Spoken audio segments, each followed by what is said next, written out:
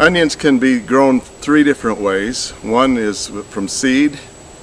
You can use sets, which are the little bulbs that are sold in garden centers and online, and then transplants. Today we'll demonstrate transplants, but the same techniques would work for sets as well. Seeds are usually used only by commercial onion growers, and they require a little different technique than we're going to demonstrate.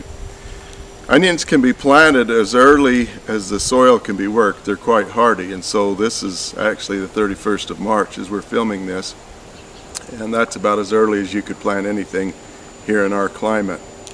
Now, one other thing to know about onions is that bulbing in onions is stimulated by day length. So they have onions classified as short day onions, intermediate day onions, and long day onions.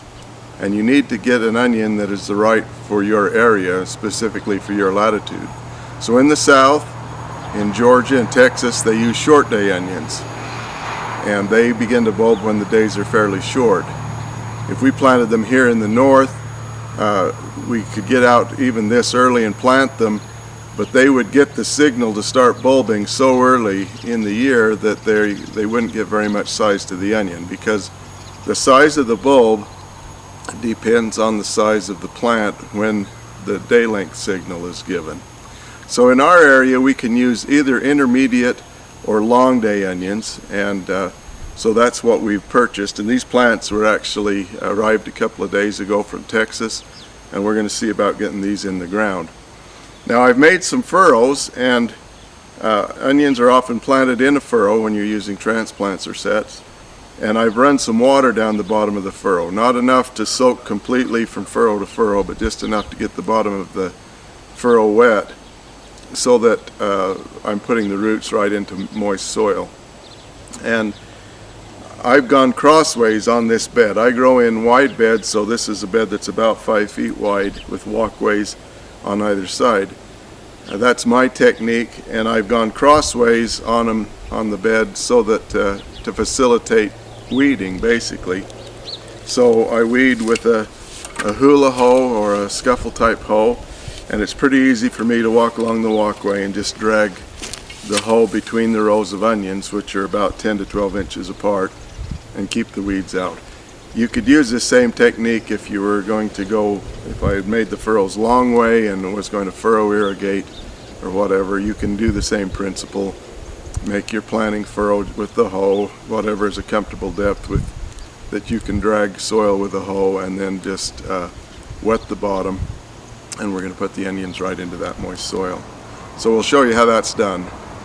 Now we've got this seed bed prepared, and we have a few more clods in this seed bed than I'd normally like. This was a corn patch. You can see some of the debris from last year, and the corn was chopped up, and then we went over it with a broad fork, which is an implement that digs fairly deeply. And on a normal winter, the moisture in the soil coupled with freezing and thawing would have broken a lot of these clods up. We've come out of an extremely dry winter, so I've got a few clods, and that's not a big deal for an onion transplant or for a large seeded crop of any kind, beans or corn or potato sets or whatever. I wouldn't want this many clods if I were planting a small seed like turnips or carrots or whatever. I'd probably have to do a little more preparation of the soil, but this is going to work fine. And so what we're going to do here is just start putting plants in, and there's not much to it. I put the base of the plant down where the soil is moist, and then I just pull some dry soil from the side and firm it a little bit, and away we go. And you'll notice I'm not measuring these. I'm not selling postcards. I don't really care if it's exactly straight or if they're exactly the same distance apart, but these onions are going to be about 4 to 6 inches apart, and they should go well that way, give them plenty of room. Now I'm going to reach from this side of the bed, and then I'll obviously have to go to the other side to finish planting that. But this particular variety is called Superstar or Sierra Blanca. It's a white onion, very mild flavored, not one that will store, but one that is excellent for fresh use, and we really enjoy it. I grow several different kinds. We've got some yellow onions and some red ones.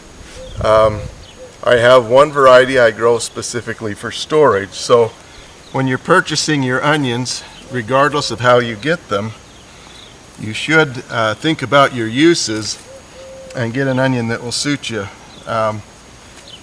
These, as I said, are great for fresh use, but if I wanted a storage onion, these would be a little bit disappointing because they don't keep that long. So select one or more varieties that will suit your purposes and then just put them in the ground. Now, this technique would work equally well for sets. If I had bought the small onion bulbs, I could just set them here, pull a little bit of soil. You don't need to bury them very much. And then what I'm going to do after these are planted, I will take a hose and wet this whole area so that all of the soil is wet. But I wanted to be sure that these roots went right into moist soil. And in our dry climate, which only gets about 8 inches of precipitation a year, we have to supply the moisture. Now this cross bed planting technique works for me because I sprinkle irrigate.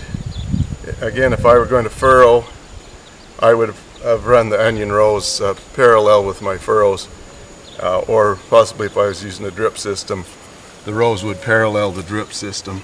But for sprinklers, this works great.